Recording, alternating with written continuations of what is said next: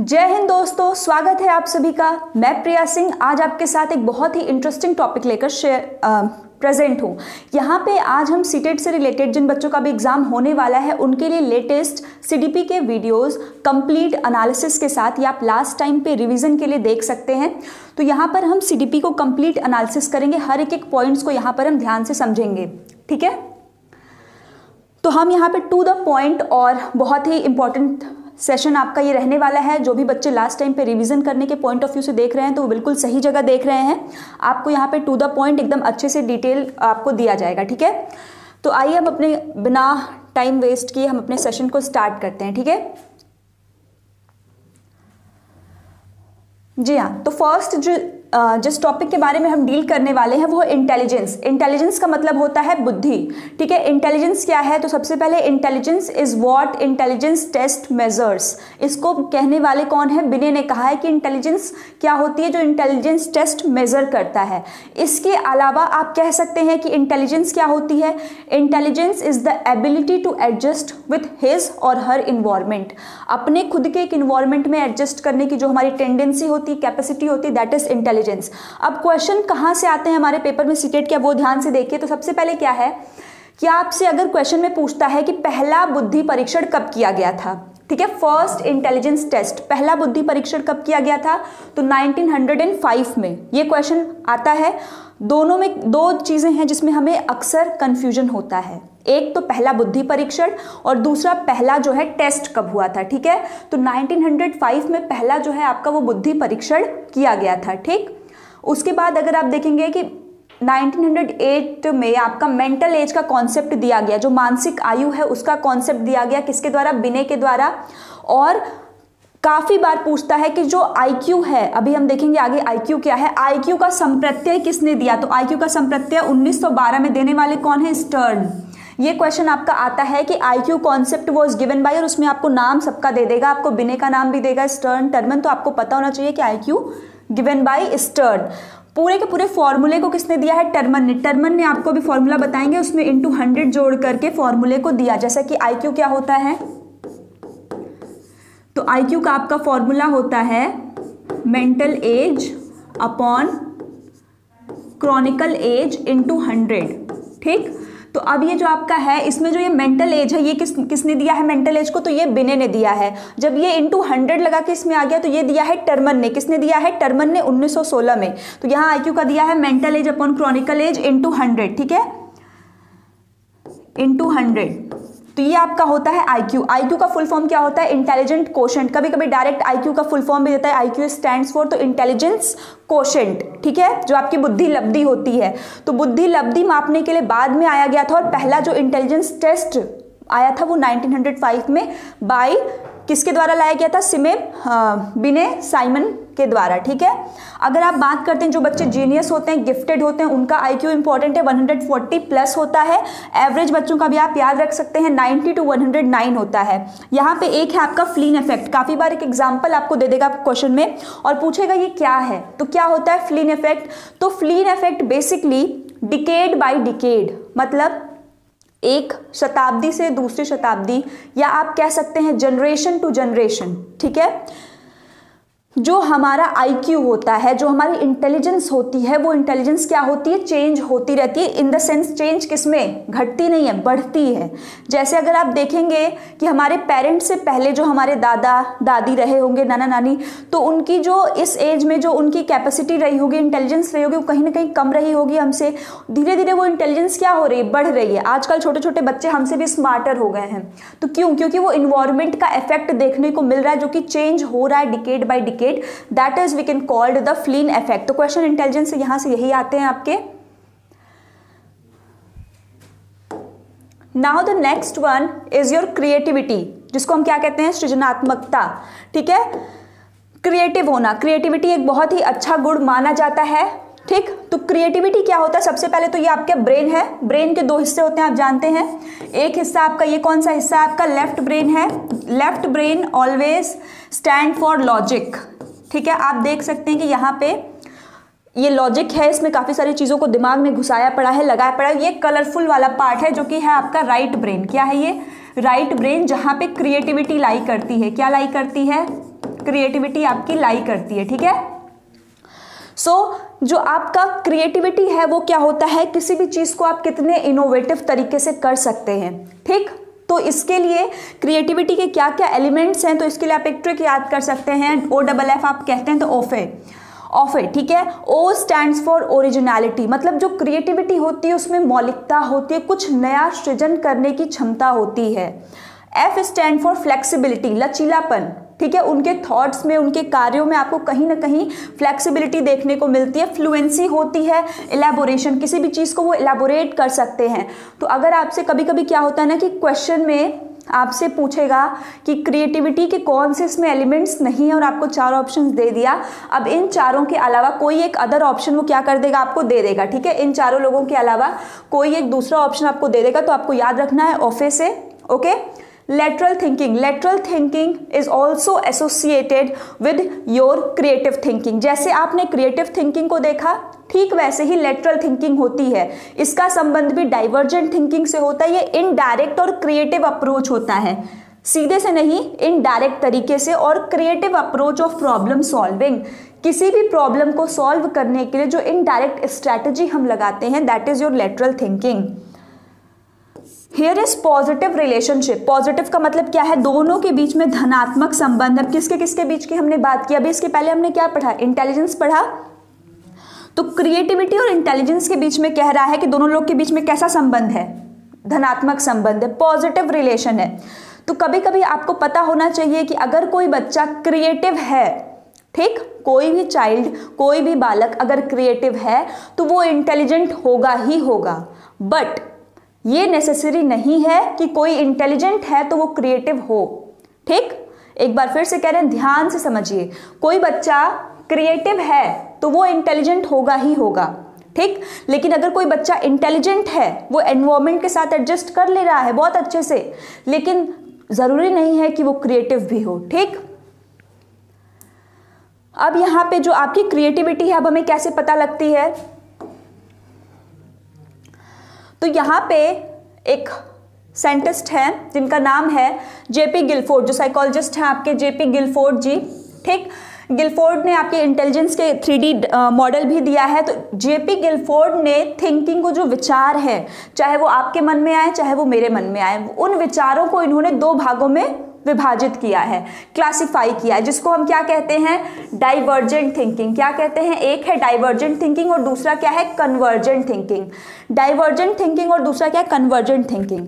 अब हमें याद, divergent thinking is much better than convergent thinking. क्यों, डाइवर्ज होना, डाइवर्ट जैसे होता है ना कि डाइवर्ज कर देना, तो हमेशा याद रखिए डाइवर्जन होता है ना, जैसे रोड्स में भी डाइवर्स, कि यहाँ से वो रोड्स इधर उधर निकली हैं। तो डाइवर्सिफाइड होना, जैसे डाइवर्सिटी भी निकला है डाइवर्स से ही, कि मतलब विभिन्नताएं होंगी। आपके सामने एक प्रॉब्लम है, क्या है, एक प्रॉब्लम है आपके सामने। अब इस प्रॉब्लम के लिए आप हर तरीके से, हर पहलू से सोच पा रहे हैं, that is your divergent thinking. ये क्या है, आपकी डाइवर्जेंट थिंकिंग है, जो कि बेटर होती है। क्यों, क्वेश्चन यहां से आता है, ओपन एंडेड लगा दिया, खुले प्रश्न। अब आपसे पूछें कि किसी भी कहानी का अपने शब्दों में वर्णन कीजिए, तो वहाँ आप डाइवर्जेंट थिंकिंग लगाएंगे। क्यों लगाएंगे, क्योंकि आप उसको हर एक पहलू से अपने एक्सपीरियंस के साथ जोड़कर बताएंगे। तो ये कैसा क्वेश्चन है, ओपन एंडेड क्वेश्चन है। इसी के विपरीत एक आपका आता है कन्वर्जेंट में, closed ended question. Closed ended का मतलब जिसका आंसर आपको पहले से पता है, जो टू द पॉइंट उसका आंसर वही होगा, चाहे आप बताएं, चाहे आपके बगल वाला साथी बताए, चाहे हम बताएं, ठीक, वो सेम रहेगा। इससे हमेशा क्रिएटिविटी जुड़ी होती है, किससे, डाइवर्जेंट थिंकिंग। यही इंपॉर्टेंट है, क्रिएटिविटी के लिए कौन रिस्पॉन्सिबल है, डाइवर्जेंट थिंकिंग। याद कर लीजिए, क्रिएटिविटी के लिए कौन रिस्पॉन्सिबल है, divergent thinking. It is the out of the box thinking, डब्बे से कुछ बाहर निकल के सोचना, मतलब लीग से हटकर खेलना, दैट इज डाइवर्जेंट थिंकिंग। आपने सोचा नहीं लेकिन वैसा सामने वाले ने कर दिखाया। मल्टीपल सोल्यूशन, जैसा आप देख रहे हैं बच्चा विभिन्न दिशाओं में सोच पा रहा है, तो ये क्या है, आपका डाइवर्जेंट थिंकिंग है। और ठीक इसका उल्टा हो जाता है कन्वर्ज करना। कन्वर्ज करना, एक दूसरे, मतलब सबका मिलकर के आपने एक निष्कर्ष निकाल दिया। यहाँ एरो आप देख सकते हैं, दोनों का अलग अलग है। यहाँ ये कन्वर्ज कर रहा है, दैट इज कन्वर्जेंट थिंकिंग, और यहाँ इनके एरो क्या है, बाहर मल्टीपल सॉल्यूशंस की तरफ जा रहे हैं, that is your divergent thinking. Okay, तो ये यहाँ तक समझ में आया? इंटेलिजेंस आपने देख लिया, क्रिएटिविटी देख लिया, दोनों के बीच में रिलेशन भी आपने देख लिया, पॉजिटिव रिलेशन पाया जाता है इंटेलिजेंस और आपके क्रिएटिविटी के बीच में। अब जो नेक्स्ट है हमारा, कभी कभी इससे भी क्वेश्चन पूछ देता है, गिफ्टेडनेस। अभी मैंने बताया कि गिफ्टेडनेस कितने तक होते हैं, तो गिफ्टेडनेस जो आपकी होती है वो होती है 140 प्लस होती है। 140 प्लस के बच्चों को हम गिफ्टेडनेस कहते हैं। इसके साथ आप 3 चीज़ें और याद रखिए कि जो गिफ्टेड बच्चे होंगे उनके लिए हम कैसा प्रावधान करते हैं, तो उनके लिए हम जो है एनरिच करिकुलम का प्रावधान करते हैं। एनरिच करिकुलम, उनके लिए नॉर्मल करिकुलम काफ़ी नहीं है, उनके लिए हम कैसे पाठ्यचर्या को लाएंगे, एनरिच पाठ्यचर्या को हम लेकर आते हैं। ठीक है, गिफ्टेड बच्चे जो होते हैं इनका आईक्यू जिनका 140 प्लस होता है वो बच्चे होते हैं। आईक्यू का फॉर्मूला भी आपको पता है और इनके लिए हमेशा हम हर्ट्ज का यूज करते हैं। What is HOTS? HOTS means higher order thinking skill, मतलब जो उच्च कोटि की जो चीजें होती हैं सोचने वाली कि ऐसा होता तो ऐसा क्यों होता है, दैट इज योर हर्ट्ज। तो ये गिफ्टेड बच्चों के लिए। इसी के साथ रेंजुली, रेंजुली आपके एक शिक्षाविद थे जिन्होंने इनका 3 रिंग मॉडल दिया। 3 रिंग, ट्रायंगल नहीं, ठीक है, 3 रिंग मॉडल। तो वो 3 रिंग मॉडल ये इन्होंने दिया है। ये चूंकि एक वेन डायग्राम के थ्रू है, ठीक है, किसके थ्रू है? वेन डायग्राम के थ्रू। तो ये हम जब बात करते हैं ना 3 रिंग मॉडल, तो इसमें इन्होंने 3 चीजें दी। कौन कौन सी वो चीजें हैं तो आप उसको याद रखेंगे। सबसे पहला क्या है आपका? Ability, ability, creativity and commitment. क्या क्या है? एबिलिटी, एबिलिटी, क्रिएटिविटी और कमिटमेंट, ACC। और ये तीनों लोग क्या होंगे? हाई होगा। तीनों के तीनों क्या होगा? High. High ability, high creativity and high commitment, ये तीनों के तीनों अधिक होगा जिन बच्चों में, वो बच्चे गिफ्टेडनेस होंगे। क्यों? जैसे कि आप यहाँ पे देख सकते हैं, एबव एवरेज एबिलिटी, जिनकी कार्य करने की जो क्षमता होती है वो बहुत ही ज्यादा होती है, that children comes under Renzulli giftedness children. Creativity, कुछ ना कुछ वो क्रिएट जरूर कर लेंगे, उनके अंदर मल्टीपल सॉल्यूशन सोचने की क्षमता का विकास होता है और वो कर भी सकते हैं। नेक्स्ट क्या है? टास्क कमिटमेंट, अगर वो किसी चीज को सोच पा रहे हैं तो वो उस चीज को निश्चित ही कर लेंगे। अब ये ध्यान से देखिए, ये पोर्शन आपको दिख रहा है, ये पोर्शन जो है यही आपका रेंजुली के 3 रिंग मॉडल में है। मतलब इतने ही परसेंट बच्चे हैं जो कि किस में आते हैं? आपके गिफ्टेडनेस की कैटेगरी में आते हैं, जिनके अंदर ये तीनों चीजें होती हैं। ठीक, सिर्फ ये जो आपको ट्रायंगल का पार्ट ये जो बनता हुआ दिखाई दे रहा है, सिर्फ ये, ठीक है, इसीलिए इसको हमने वेन डायग्राम के थ्रू रेंजुली के 3 रिंग मॉडल है। ठीक, तो आपको बस इसमें यही याद रखना है, मेन आपको ACC है, ठीक है, ACC सीमेंट नहीं बल्कि एबिलिटी, क्रिएटिविटी एंड कमिटमेंट, तीनों चीजें हाई रहेंगी, कम कोई नहीं रहेगा। ठीक, अब इसके बाद जो हम नेक्स्ट देख रहे हैं वो आ जाते हैं हम, very nice, Gardner, Harvard Gardner की थियरी पे। हार्वर्ड गार्डनर की थियरी बहुत ही इंपॉर्टेंट है, हर बार यहां से क्वेश्चन निश्चित ही आता है गार्डनर की आपकी थियरी से। तो देखिए, अब हम देखेंगे किस टाइप का क्वेश्चन आता है। तो ये थियरी है तो थोड़ी लेंदी, इसमें 8 प्रकार के, एज पर NCERT के अकॉर्डिंग 8 टाइप्स है। इन्होंने अपनी बुक फ्रेम्स ऑफ माइंड में जो ये दिया था, ये किस बुक में दिया था?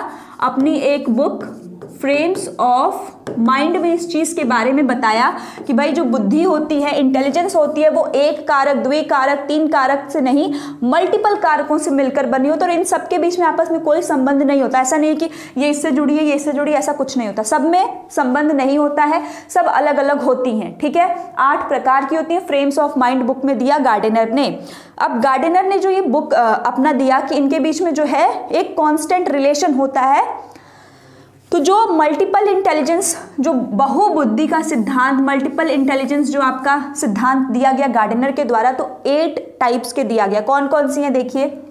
पहला आपका लिंग्विस्टिक, तो आपको ऐसे ही याद रखना है, सिंपल क्वेश्चन आता है कि कोई है जो जिसकी लैंग्वेज पे कमांड बहुत अच्छी है, जिसको हम कहते हैं ना वर्ड स्मार्ट। ये नाम आप याद रखिए, वर्ड स्मार्ट, किसको पता है कि वर्ड को हमें कहाँ कब कौन से वर्ड को यूज करना है, तो उन पर्सन के पास लिंग्विस्टिक इंटेलिजेंस अधिक होती है। जैसे जो हमारे पोएट्स होते हैं, राइटर्स होते हैं, इन लोगों के पास।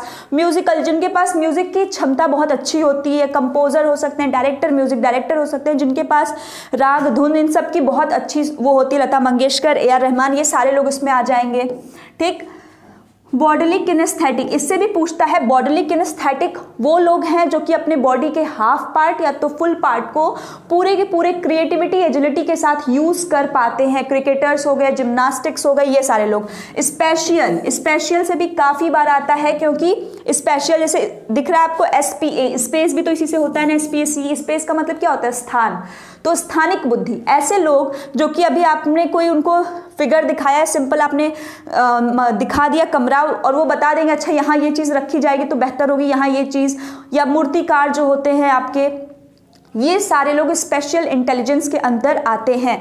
ठीक है, स्पेशल में आपके सर्जन्स और पायलट्स भी आते हैं, चूंकि सर्जन और पायलट दो ऐसे हैं जो कि बॉडीली किनेस्थेटिक में भी आते हैं। लेकिन आपको याद रखना है, अगर ऑप्शन में स्पेशल प्रेजेंट है, स्थानिक बुद्धि का ऑप्शन है, तो आप पायलट्स को और सर्जन को इसके अंदर ही लगाएंगे, बॉडीली किनेस्थेटिक में नहीं लगाएंगे। इन केस अगर स्पेशल नहीं रहता ऑप्शन में तभी आप इसके लिए जाएंगे। ठीक है, then it is interpersonal. Inter that means दो। इंटर आपको याद रखना है कि इंटर आपने पास किया है, इंटर मतलब क्लास 12 अपने दोस्तों के साथ पास किया है, तो दो लोग होंगे ही होंगे। तो दो लोगों के बीच में जब हमारे सामने कोई है और हम उसकी बातों को समझ पा रहे हैं, तो दैट इंटेलिजेंस इज इंटरपर्सनल। सबसे ज्यादा बच्चे इन्हीं दोनों में कंफ्यूज होते हैं और एग्जामिनर क्वेश्चन भी यहीं से उठाता है। ठीक है, कि अगर कोई, जैसे एग्जाम्पल इस बार के जो पेपर में पूछा कि कोई एक है पर्सन जो कि क्या कर पा रहा है, दूसरे की बातों को काफ़ी अच्छे से, काउंसलर है जो दूसरे की बातों को काफ़ी अच्छे तरीके से समझ पा रहा है, सामने वाले की भावनाओं को एम्पैथाइज कर पा रहा है, तदानुभूति कर पा रहा है, तो वो किसके अंतर्गत आएगा? तो वो इंटरपर्सनल में आएगा। क्यों? क्योंकि वो दूसरे की बातों को समझ पा रहा है। ठीक, next is your intrapersonal. Next क्या है आपका? Intrapersonal. Intra that means own. जब आप खुद की भावनाओं को खुद के अंदर थिंकिंग करके जान पाएंगे कि अच्छा ये प्रॉब्लम ऐसे है, तो आप उसको कैसे, जैसे अपना होता है ना कि सबके अंदर खुद का एक सेल्फ होता है, उस सेल्फ के साथ जब आप खुद के इमोशंस को, खुद के कॉग्निशंस को बेटर तरीके से समझ पाते हैं, that is your intrapersonal skill, या उसको गार्डनर की भाषा में कहें तो इंट्रापर्सनल इंटेलिजेंस कहते हैं। Okay, logical mathematical. Logical mathematical का मतलब ये है कि वो लोग जो कि एब्स्ट्रैक्ट रीजनिंग कर पाने में बहुत सक्षम होते हैं, जिन लोगों को बड़ी बड़ी मैथ्स के, देखिए आपको दिया है, जिनका बहुत ही अच्छा गणित में होता है, साइंटिस्ट हो गए, ये सारे लोग इसमें आ जाएंगे। नेचुरलिस्टिक। नेचुरलिस्टिक जो है आपका, ये कौन है कि जो लोग प्रकृतिवादी होते हैं, जो कि प्रकृति के बहुत करीब होते हैं, इसमें हंटर्स भी आते हैं, इस चीज़ याद रखिएगा। जो बर्ड्स को देखते हैं वो लोग भी आते हैं, जो किसान हमारे होते हैं वो भी आते हैं। ठीक है, तो ये आपके एग्जिस्टेंशियल, चूंकि एनसीईआरटी के अकॉर्डिंग नहीं है तो इसको आप मत पढ़िए। ठीक है, बाकी एग्जिस्टेंशियल मतलब जो सारी चीज़ हैं उनको उस चीज़ के बारे में ज्ञान है। बट 8 ये आपका है जो कि आपके एस पर एनसीईआरटी ये 8 टाइप्स के बारे में मल्टीपल इंटेलिजेंस के दिया हुआ है। ठीक है, इसके अलावा अगर आप इसके डिटेल में जानना चाहते हैं कि कौन सी बुद्धि के क्या क्या काम है, तो आप इसका स्क्रीनशॉट ले सकते हैं। यहाँ पे आप एग्जाम्पल के तौर पे भी देख सकते हैं, जैसा कि इसमें दिखाया हुआ है। आपके नेचुरलिस्टिक में कौन आ गया? तो नेचुरलिस्टिक में आप यहाँ पे देख सकते हैं जो बायोलॉजिस्ट हैं, जो कंजर्व करने वाले लोग होते हैं। उसके बाद लिंग्विस्टिक में पोएट्स हो गए, राइटर्स हो गए, ये सारे लोग आ जाते हैं जिनके लैंग्वेज पे कमांड है। स्पेशल में डिजाइनर हो गए, इंजीनियर हो गए, ये लोग आ गए। म्यूजिकल में सिंगर, म्यूजिकल कंपोजर जो भी हैं वो। इंटर में ये ध्यान दीजिएगा, लीडर्स जो हमारे नेता होते हैं, ठीक, वो लोग। सोशल वर्कर्स जो समाज सुधारक होते हैं, जो दूसरों की भावनाओं को समझ सकते हैं। इंट्रा जब आप खुद के, फिलोसफर हो गए, ठीक, क्लर्जी हो गए, ये सारे के सारे लोग इसमें आएंगे। फिलोसफर क्या करते हैं? खुद की ही भावनाओं को समझते हैं कि क्या चल रहा है, उसके बाद पहले वो खुद को समझते हैं, फिर दुनिया को उसके बारे में प्रीचिंग्स देते हैं, टीचिंग्स देते हैं। ठीक है, लॉजिकल जो कि बैंकर्स हो गए, अकाउंट्स हो गए, जिनका लॉजिक में बहुत अच्छा है। किनेस्थेटिक जो कि बॉडी को अच्छे से मूव करा सकते हैं, एक्टर्स, एथलीट्स, ये सारे आपके multiple intelligence given by Harvard gardener. ठीक है, तो ये आपको आई होप कि समझ में आया हो। इसके बाद जो नेक्स्ट हमारी थियरी है वो है आपकी विलियम स्टर्नबर्ग की ट्रायर्किक थियरी। ठीक है, कभी कभी क्वेश्चन आजकल इससे भी पूछे जा रहे हैं। तो क्या है ये triarchic? Tri that means 3। Tri का मतलब क्या होता है? 3। ट्राई का मतलब क्या होता है? 3। तो या आपको ये समझना होगा, जैसे रेंजुली ने 3 रिंग मॉडल दिया, रेंजुली ने क्या दिया, 3 रिंग मॉडल दिया। उसी तरह से यहाँ पे कौन है, विलियम स्टर्नबर्ग, इन्होंने ट्रायआर्किक मॉडल दिया है, ट्रायआर्किक थियरी दी है अपनी, जो भी कि 3 फैक्टर से मिलकर बनी है। अब हम देखेंगे वो 3 फैक्टर कौन कौन से हैं। ठीक, तो इन 3 फैक्टर को, जैसे कि CID सबने देखा होगा, उसमें ACP प्रद्युम्न थे। तो जैसे हमने रेंजुली के 3 रिंग मॉडल में ACC बनाया, तो हम यहाँ पे क्या करने वाले हैं ट्रायआर्किक में, ACP। अब ये A, C और P क्या है, ठीक, तो देखिए A यहाँ पे जो है आपका, ये आपका क्या है, एनालिटिकल, क्या है आपका, एनालिटिकल। एनालिटिक का मतलब क्या होता है, एनालिसिस करना, विश्लेषणात्मक जिसको हम कहते हैं हिंदी में, ठीक है। इसका दूसरा नाम भी है कंपोनेंशियल, मतलब कि वैसे लोग जो कि चीज़ों को देख के एनालिसिस कर पाते हैं कि अच्छा ये सही है, ये गलत, उसके पॉजिटिव और निगेटिव दोनों पॉइंट ऑफ व्यू को देखकर समझा सकते हैं, दैट इज एनालिटिकल। सी से आपका कौन है, क्रिएटिव, सृजनात्मकता। तो क्रिएटिव जो बच्चा होगा वो किसी भी चीज में हर जगह मतलब कहीं ना कहीं से अपने तरीकों को ढूंढ लेगा, क्योंकि वो डाइवर्जेंट थिंकर होगा। यूज करेगा कि नहीं करेगा, तो क्रिएटिव होगा। इसका दूसरा नाम क्या है, एक्सपीरियंशियल। क्या है, एक्सपीरियंशियल, हिंदी में इसको अनुभवात्मक कहते हैं। यहां पर एक बात ध्यान दीजिएगा कि ये एक्सपीरियंशियल है, अनुभवात्मक, एक्सपेरिमेंटल नहीं है, एक्सपीरियंशियल है। तो इस चीज को नोट डाउन करिएगा कि क्रिएटिव वाला जो होगा उसका दूसरा नाम क्या है, एक्सपीरियंशियल, कि कहां उसको कब अपने एक्सपीरियंस का यूज करना है, ही नो वेरी वेल। थर्ड है आपका पी से प्रैक्टिकल नॉलेज। प्रैक्टिकल नॉलेज या कॉन्टेक्सचुअल, कॉन्टेक्स्ट में हम कहते हैं ना, जैसे आपने सीटेट में ही पढ़ा है कि आपको ग्रामर यूज करना है, लैंग्वेज का यूज करना है, तो हर चीज संदर्भ में यूज करना है, कॉन्टेक्स्ट में यूज करना है ना। तो वही चीज यहां पर है कॉन्टेक्सचुअल, कि जो अभी आपने वर्ड स्मार्ट पढ़ा था लिंग्विस्टिक में, यहां पे आपका कौन है, स्ट्रीट स्मार्ट, जिनको पता हो, जो आपके स्ट्रीट स्मार्ट होते हैं, ठीक है, जिनको पता होता है कि कब हमें कहाँ कौन सी बुद्धि लगानी है, कैसे जुगाड़ टेक्नोलॉजी से काम चलाना है, यहाँ पे वो लोग आते हैं। ठीक, तो कंपोनेंशियल वाले जो है ये कौन है आपके, जो एनालिटिकल वाले, जो एनालिसिस कर पाते हैं, ये वो लोग हैं। तो आपको ये याद रखना है कि जो एनालिसिस कर पाते हैं, एक्सपीरियंशियल दैट मीन्स अनुभवात्मक, जो क्रिएटिव होंगे, क्या होंगे, क्रिएटिव होंगे, इसमें वो बच्चे आ जाएंगे। कॉन्टेक्सचुअल, जो कॉन्टेक्स्ट में चीज़ों को यूज़ करना समझेंगे, या फिर प्रैक्टिकल नॉलेज जिनकी अच्छी होगी, कब कहाँ क्या चीज़ यूज़ करना है, तो ये उसमें आते हैं। कभी कभी इसका दूसरा नाम पूछ दिया जाता है, तो इसके दूसरे नाम को आप ज़रूर याद रखिए, क्योंकि क्वेश्चंस यहाँ से आए हुए हैं। ठीक है, अब इसके बाद ये बहुत ही इंपॉर्टेंट टॉपिक है, इनफैक्ट काफ़ी इजी टॉपिक है, बट इसमें जो है बच्चों को थोड़ा जो है कन्फ्यूजन रहता है, और क्वेश्चंस कई बार हम जल्दबाजी में गलत करके आ जाते हैं। तो इसको बहुत ही ध्यान से समझिए, बहुत इजी कॉन्सेप्ट है, कोई डिफिकल्टी नहीं है। क्या है इनका नाम, ग्रोथ एंड डेवलपमेंट। तो जब आप समझे ना, तो growth is like this and development is like this. क्या है ये, ग्रोथ हमेशा एक छोटा, उसका जो रूप है ना, वो स्कोप जो है उसका वो छोटा है, लिमिटेड होता है, जबकि डेवलपमेंट जब आप बोलते तो डेवलपमेंट आप ओवरऑल लेकर करते हैं। समझ में आ रहा है? तो देखिए, पहले तो ये चीज माइंड में रखिए कि ग्रोथ हमेशा एक लिमिटेड एक्सपेक्ट में आप देखेंगे, जबकि डेवलपमेंट को एक ब्रॉडर एक्सपेक्ट में आप देखेंगे। ठीक है, विस्तृत रूप में आप देखेंगे। तो पहला है ग्रोथ। हम यहाँ किसके बारे में जानेंगे, ग्रोथ के बारे में जानेंगे।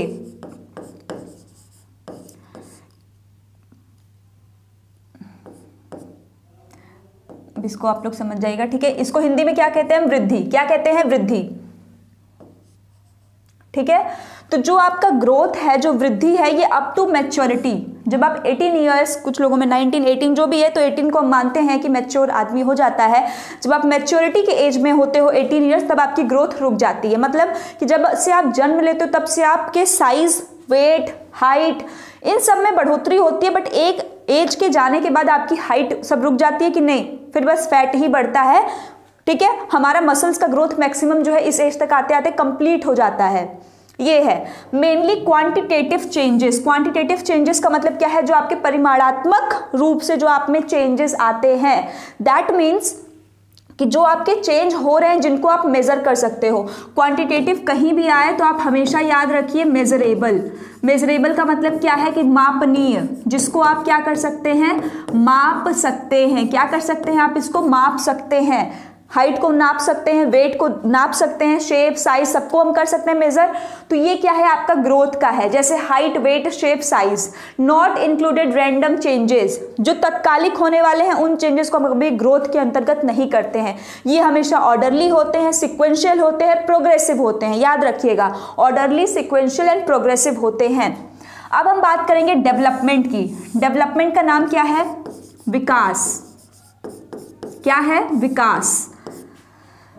ठीक है, ये आपके साथ पढ़ने वाले कोई विकास नहीं है, ठीक, विकास। तो डेवलपमेंट को जब हम बात करते हैं, डेवलपमेंट क्या होती है कि डेवलपमेंट वो ब्रांड, या फिर आप इसको ऐसे डिफाइन कर सकते हैं कि जब से आपने जन्म लिया, जब से आप अपने मम्मी के पेट में आए, तब से लेके जब तक आप कहाँ गए, कब्र तक नहीं चले जाते, तब तक की प्रक्रिया होती है डेवलपमेंट। इसको हम वुम्ब टू टुम्ब, गर्भ से कब्र तक के पीरियड कहते हैं। क्यों कहते हैं भाई? जब से आप माँ के पेट में आते हैं तब से आप कहीं ना कहीं बढ़ते हैं, तभी तो आप एक शिशु के रूप में जन्म लेते हैं।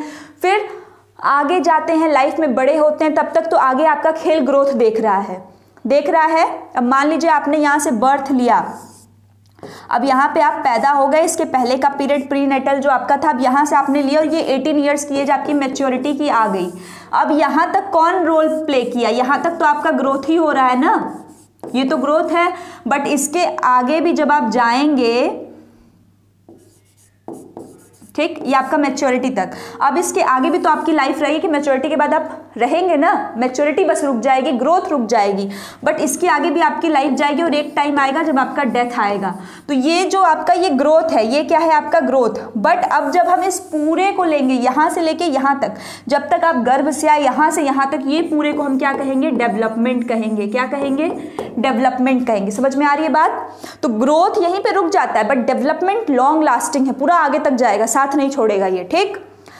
तो वुम्ब से टुम्ब तक चलने वाली प्रक्रिया होती है डेवलपमेंट। डेवलपमेंट को आप डिपेंडेंसी टू ऑटोनॉमी की स्टेज भी कहते हैं। क्यों कहते हैं? डिपेंडेंसी का मतलब आश्रित, किसके ऊपर आश्रित रहते हैं? जब आप पैदा होते हैं अपने माँ के साथ रहते हैं ना, अपने से तो आता नहीं। तो डिपेंडेंसी से तब तक जब तक कि आप खुद से ऑटोनॉमस मतलब स्वायत्त न होते हैं, ठीक। Qualitative and quantitative both changes इसमें देखने को मिलता है। क्वांटिटेटिव आपने देखा जो मेजरेबल है, मेजरेबल के साथ साथ development also include that expects which we can not measure. जैसे आपने कितना सीखा, इस चीज को मेजर कर सकते हैं। आपकी सोच कितनी अच्छी हो रही है, आप ये मेजर कर सकते हैं? नहीं, but that is also the part of development, है कि नहीं है? तो उसको हम मेजर नहीं कर सकते हैं, लेकिन वो पार्ट है, तो इस वजह से ये क्या है आपका, ये डेवलपमेंट का पार्ट है। Growth is the part of development as we can see, ठीक। This is one important point कि डेवलपमेंट क्या होता है? Heredity into environment. हेरिडिटी और इन्वायरमेंट का क्या होता है? ये मल्टीप्लीकेशन, गुणनफल। आई थिंक मल्टीप्लीकेशन को गुणनफल ही कहते हैं, देख लीजिएगा। दैट मीन्स जो आपकी डेवलपमेंट होती है वो हेरिडिटी इनटू इन्वायरमेंट होती है। ये क्वेश्चन आपसे जरूर पूछता है, बीच में प्लस लगा देगा, तो आपको प्लस से नहीं जाना है। मल्टीप्लीकेशन होता है, दोनों के बीच में जो रिलेशन होता है, D is equal to H into E. H stands for heredity, जो अनुवांशिकी होती है। हेरिडिटी क्या होती है? बच्चा जो उसको अपने पेरेंट्स के द्वारा मिला है, ऑफ स्प्रिंग से जब वो आया पैदा होकर, जो कैरेक्टरिस्टिक्स, जो क्वालिटीज उसको अपने पेरेंट्स के द्वारा मिली है, जीन्स के द्वारा मिली है उसके DNA में, दैट इज हेरिडिटी। इन्वायरमेंट क्या है? जो हेरिडिटी नहीं है वो इन्वायरमेंट है, उसका जो परिवेश जिसमें उठता है, बैठता है, खेलता है, खाता है, पीता है, सब चीज उसका पर्यावरण ही तो है, ठीक। जरूरी चीज यहां जो क्वेश्चन एक बनता है वो ये भी है, जैसे एक क्वेश्चन जो ऑनलाइन पेपर का बहुत ही है फेवरेट वन, कि आपसे एजर्शन और रीजंस वाले जो क्वेश्चंस दे रहे हैं उसमें कि भाई इंटेलिजेंस जो है आपको दो दे देगा कि intelligence is solely responsible to heredity. तो क्या इंटेलिजेंस पूरी तरीके से हेरिडिटी पर ही डिपेंडेंट है कि मतलब हेरिडिटी से ही आपको टोटल इंटेलिजेंस मिली हुई है? तो ये चीज गलत है, ठीक। और कई बार देता है आंखों का कलर हो गया, हेयर्स हो गए आपके, ये सब आपको आपके पेरेंट्स के थ्रू ही मिला है। ऐसा तो है नहीं कि नहीं आप बाहर से आंखों का कलर या सब चेंज करवा देंगे, जो आपका आइरिस है, ऐसा तो होगा नहीं। तो ये सब क्या है, आपको आपके पेरेंट्स के थ्रू मिला हुआ है। हाइट हो गई कितने सारे बच्चों की, तो ये सारी चीजें क्या है, हमारी हेरिडिटी है। और इन्वायरमेंट क्या है, आप किस तरीके से एडजस्ट कर रहे हैं सिस्टम के साथ, दैट इज योर इन्वायरमेंट। तो ये याद रखिएगा, यहाँ पे मल्टीप्लीकेशन होता है, एडिशन नहीं होता है, ठीक। अब इसके बाद जिसके बारे में हम देखेंगे वो है आपका domains of development. Domains of development कहिए या फिर मेजर फील्ड्स ऑफ डेवलपमेंट, कि जैसे मैंने बोला कि मैच्योरिटी तक ग्रोथ रुक जाती है तो डेवलपमेंट कहाँ तक चलेगा। तो डेवलपमेंट ग्रोथ तो सिर्फ वो एक्सपेक्ट है जिसको आप देख रहे हैं, मेजर कर रहे हैं, बट ओवरऑल डेवलपमेंट तो ब्रॉड है। तो इसमें कई सारे फैक्टर्स आते हैं, फिजिकल, सोशल, इमोशनल, कॉग्निटिव, बहुत सारे आते हैं। इसमें से मेन जो है आपका वो 4 इसमें है। फिजिकल कौन कौन से हैं वो देखिए। सबसे पहला है फिजिकल। फिजिकल डेवलपमेंट सभी जानते हैं क्या होता है। फिजिकल मतलब जो शारीरिक रूप से चेंजेस होते हैं, बॉडी शेप, वेट, साइज, ये सारी चीजें। कॉग्निटिव डेवलपमेंट, कॉग्निशन क्या होता है, जो आपके मानसिक विकास, जो क्षमताएं होती हैं, that is your cognition. Higher order mental skill जो आपकी होती है, दैट इज योर कॉग्निशन, ठीक है। तो जैसे कि आपका अटेंशन, छोटे बच्चे हैं वो कितना देर अटेंटिव बैठ सकते हैं क्लास में, थोड़ी देर बैठेंगे उठ जाएंगे, बट जैसे जैसे आप बड़े होते हैं, होता है कि नहीं, आपको बैठने की आदत होती है कि नहीं, that is your cognition, attention. Memory, knowledge, problem solving, language, day by day हमारा कॉग्निशन बेटर होता है एज के साथ, ये चीज़ है। सोशल एंड इमोशनल डेवलपमेंट, ये भी आपका इंपॉर्टेंट है, आप इसको PCSC से भी याद रख सकते हैं। सिविल सर्विसेज एग्जामिनेशन नहीं है ये, आगे P आप लगा लेंगे। तो PCSC क्या है, physical, cognitive, social and emotional. कभी कभी 4 ऑप्शन दे देगा, कौन सा इसमें से है या नहीं है, तो आपको इसी से याद रखना है। ये 4 आपके मेजर डोमेन्स ऑफ डेवलपमेंट हैं, ठीक है। अब इसके बाद एक क्वेश्चन यहां से जरूर आता है, और वो क्या है, मोटर डेवलपमेंट के साथ, ठीक है।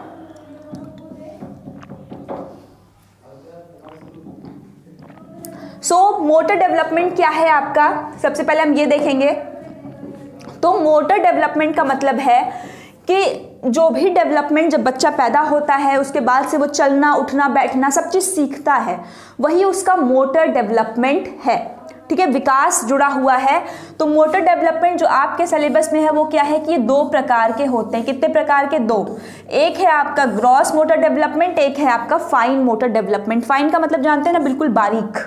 फाइन मतलब बारीक होता है। बारीक का मतलब कि जैसे हम लिख रहे हैं तो इसमें लिखने के लिए मुझे थोड़ा स्किल चाहिए होगा कि नहीं चाहिए होगा, तो ये फाइन के अंतर्गत आ जाएगा। जबकि ग्रॉस का मतलब कि जो स्थूल है, कि आप कोई भी चीज़ दौड़ रहे हैं तो पैर के साथ साथ पैर की पूरी मसल्स उसमें हो रही हैं कि नहीं, तो अभी आप इसमें देखेंगे तो ये जितनी चीज़ें हैं ये फाइन मोटर एक्टिविटीज़ का है। काफ़ी बार दे देगा कि which of the following is the example of fine motor activities. जैसे आपको दे दिए पजल्स को सॉल्व करना, स्पॉन्ज प्ले, प्ले डफ, डो, ठीक है, डो के साथ खेलना, ये सारी चीजें क्या है, आर्ट करना, पेंटिंग करना। तो क्या आर्ट और पेंटिंग आप ऐसे ही कर लेंगे, तो ये सारे किसके एग्जांपल्स हैं, फाइन मोटर स्किल्स के एग्जांपल हैं, ठीक है। इसके बाद जो आपका आएगा वो किसका आएगा, ग्रॉस मोटर स्किल का आएगा, ठीक है। तो ग्रॉस इसमें दे देता है कि कौन सा इसमें से, ऑड वन आउट में भी दे देगा। डांसिंग, साइकिलिंग, इसका आप स्क्रीनशॉट ले लीजिए, बस इसको भी समझ लेंगे। Cycling, dancing, swimming, bubble play, ये सब में क्या है, बड़ी मसल्स का यूज हो रहा है, that's why they are called gross motor activities, ठीक है।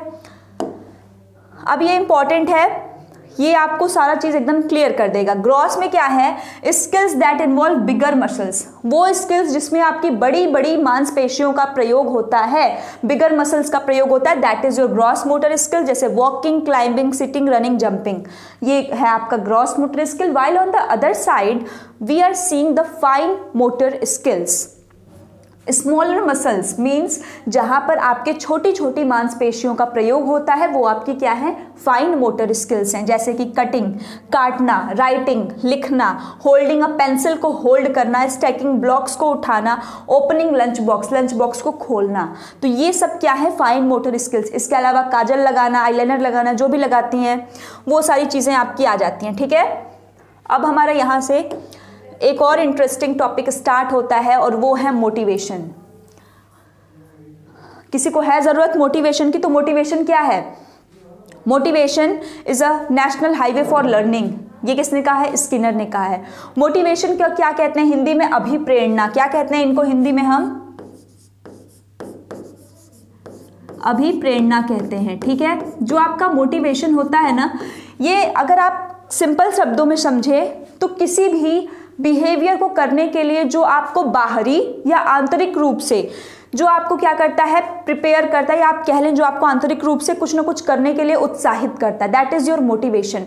तो वो मोटिवेशन जो आपके इसमें है कि कोई भी चीज़ आपका गोल है, सपोर्ट कुछ भी है, वो सब चीज़ों को, तो ये दो प्रकार की होती है। कितनी होती हैं? दो। एक होता है आपका एक्सटर्नल जिसको हम बाहरी कहते हैं, और एक होता है आपका इंटरनल जिसको हम क्या कहते हैं, आंतरिक। क्या कहते हैं? आंतरिक या इंट्रिंसिक। ठीक है, एक्सट्रिंसिक या इंट्रिंसिक मोटिवेशन, बाहरी या आंतरिक अभिप्रेरणा। तो इसमें से जो इंटरनल है, इंटरनल मतलब जो इंट्रिंसिक मोटिवेशन है जिसका लोकस इंटरनल होता है वो बेस्ट होता है। दैट मीन्स मुझे कोई काम करना है, ठीक, और उस चीज़ की मोटिवेशन मुझे बाहर किसी स्पीच, किसी वीडियो, किसी दूसरे के थ्रू ना मिलके खुद के ही अंदर से मिली कि नहीं मुझे ये करना है क्योंकि मुझे ये चीज़ दिखानी है, मुझे ये चीज़ प्रूफ करनी, मुझे ये चीज़ ऐसे करनी है, राइट। तो ये आपका क्या है, इंटरनल मोटिवेशन, और ये लंबे टाइम तक चलता भी है क्योंकि इसके सोर्स कौन है, आप खुद होते हैं। Next is your external motivation, कि बाहर हमने किसी की बहुत अच्छी सी मोटिवेशनल स्पीच देख ली, हमने संदीप माहेश्वरी जी की एक बहुत अच्छी स्पीच देख ली, और उस स्पीच को देखने के बाद हुआ अब तो हम IAS निकाल लेंगे, अब तो सीटेट पास करके बस वैकेंसी में बैठ जाएंगे। बट वो मोटिवेशन ज़्यादा देर तक नहीं चलता है, ठीक, वो तब तक चलता है जब तक आप उनका शो देखकर घर तक आते हैं, तब तक वो मोटिवेशन डाउन हो जाता है, ठीक है। NDG साइकिल, यहाँ पे आपका ये है NDG साइकिल, क्या है, नीड, ठीक है, drive and next is the incentive. अब ये जो साइकिल है इसी के बीच में कई जगह आपको कुछ और स्टेप्स देखने को मिल जाएंगे, बट मेन यही है नीड, ड्राइव, इंसेंटिव। इसको आप समझ लीजिए, फिर आपको कोई दिक्कत नहीं होने वाली। ये साइकिल इसी प्रकार से चलती रहती है। अब देखिए नीड क्या है, किसी भी अवस्था में आपको किसी चीज़ की बहुत एक्सेसिवनेस हो गई या डिफिशियंसी हो गई, कोई चीज़ चाह रहा है, आपको ज़रूरत है, आपको प्यास लगी है, आपको पानी चाहिए, दैट इज़ योर नीड, ठीक। अब उस स्टेट में क्या करेंगे, आप ऐसी जगह खोजेंगे जहां आपको पानी मिल जाए, दैट इज योर ड्राइव। जो आपके अंदर साइकोलॉजिकल टेंशन अराउज हो रहा है ना कि यार पानी कहाँ से मिलेगा, आप उस चीज़ को सर्च करेंगे कि नहीं करेंगे अपने आसपास। ऐसे आपको पढ़ना है तो आपको कहाँ से पढ़ना है, किस उसके थ्रू पढ़ना है, कहाँ से आपको बेस्ट टीचर्स मिलेंगे, ये सारी चीज़ें। Drive. Next is your incentive, और जब आप उसको कर लेते हैं, आप अपने गोल तक पा जाते हैं, आपका सिलेक्शन हो जाता है, आपको पानी मिल जाता है, दैट इज योर इंसेंटिव। फिर वो आपका डाउन हो जाता है, फिर आपके लिए कोई दूसरी नीड नहीं अराइज हो जाती। तो इसी प्रकार से हमारी साइकिल चलती है जिसको हम NDG साइकिल ऑफ मोटिवेशन के नाम से जानते हैं, ठीक है। कहाँ गया? अब इसी मोटिवेशन के अंदर मैस्लो, अब्राहम मैस्लो की एक थियरी आती है, need hierarchy theory. Need hierarchy theory basically इन्होंने एक 5 स्टेप्स मॉडल अपना दिया है, जिसमें इनका ये कहना है कि भाई जो व्यक्ति होता है ना, उसकी नीड भी जो होती है वो अलग अलग प्रकार की होती है। मतलब किस प्रकार